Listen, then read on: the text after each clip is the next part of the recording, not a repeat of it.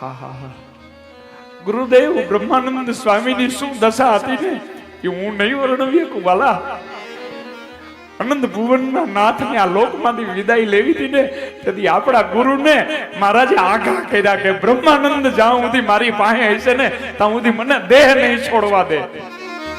કેવું દૈવત ધરાવનારો આ શ્રીજીનો સખા બ્રહ્માનંદ સ્વામીનું નામ બાદ કરતા આ સંપ્રદાયમાં કઈ બચે નહીં.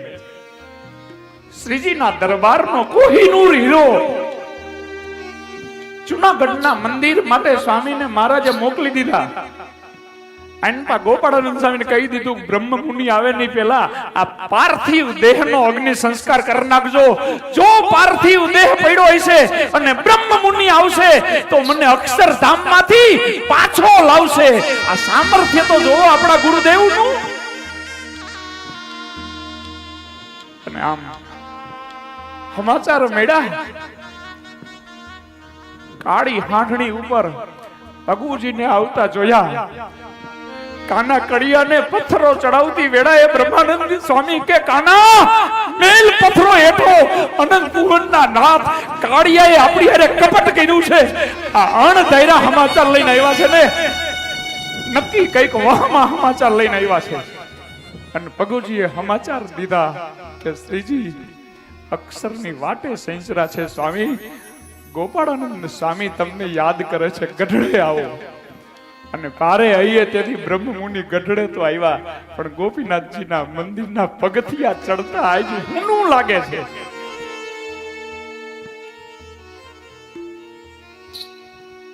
અને ગોપીનાથજીની મૂર્તિના દર્શન કર્યા અને બ્રહ્મ મુનિ ચોધાર આહુડે રેડ્યા છે વાલા. હવે અહીંયા મીઠો આવકાર આપનાર કોણ? જેને જોઈ જોઈને જીવતા હતા ઈ હરિવર આપણને નોધારા મૂકીને વહી ગયા. અને ગોપીનાથજીની મૂર્તિ સામે આક્રંદ કરીને સ્વામીએ કીર્તનો ગાયા. પાતળીએ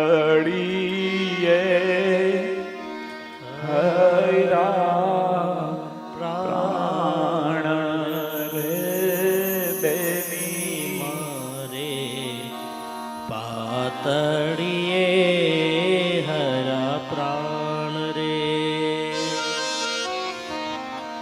પાતળીએ હરા પ્રાણ રે બેની મારે પાતળીએ હરા પ્રાણ રે મુજ સામું વાલે જોઈને મારા મુજ સામું વાલે જોઈને મારા આખલડીના બાણ રે આખલડીના બાણ રે બેની મારા પાતળીએ હરા પ્રાણ રે બેની મારા પાતળીએ હરા પ્રાણ રે સામડિયાને જોવા સારું સામડિયાને જોવા સારું તનડામાં થાય છે તાણ રે તનડામાં થાય છે તાણ રે પાતળીએ અમે સિંહાસનમાં બેઠા બેઠા દર્શન આપે એવા ભગવાનથી જોવા ટેવાયેલા નથી. અમે તો બાવડું ચાલીને બેઠી પડે ને એવા શ્રીજીના આનંદમાં ગુલતાન બનીને રહ્યા છીએ. બસ હવે તો અમારે ગોપીનાથજીની મૂર્તિને જોઈને જ મન મનાવવાનું ને. બ્રહ્માનંદ કહે અંતર વિંદુ ડોલરિયા દીવાન તમારા વિના જીવતર આરામ છે વાલા. હવે વેલા વેલા તમારી પાસે બોલાવી લો. આ લોકમાં જીવવું આરામ છે. ગોપાળાનંદ સ્વામી બાવડું ચાલે કે હા હા બ્રહ્મ મુનિ નદીઓ માજા મૂકે, તલાવડા માજા મૂકે, સમુદ્રએ માજા નો મુકાય. સમુદ્ર માજા મૂકે ને તેથી મોટો ઉત્પાત સર્જાય. તમે સત્સંગમાં સમુદ્ર જેવા ધીર ગંભીર છો. તમે શ્રીજીના વિરહના આક્રંદમાં જો વસવસો કરતા રહી જશો ને તો શ્રીજીની આજ્ઞા છે કે મૂડીનું મંદિર પૂરું કર્યા વિના અક્ષરધામમાં નહીં લઈ જવું. વાલા, એ મૂડી યાદ આવ્યું તું અનંત ભુવનના નાથ. શ્રીજીને અંતકાળે મૂડી યાદ આવ્યું તું. ઈ મૂડીના આપણે બધા નિષ્ઠાવાન ભક્તો છીએ. મૂડી ભૂલતા નહીં મરતા ઉધી.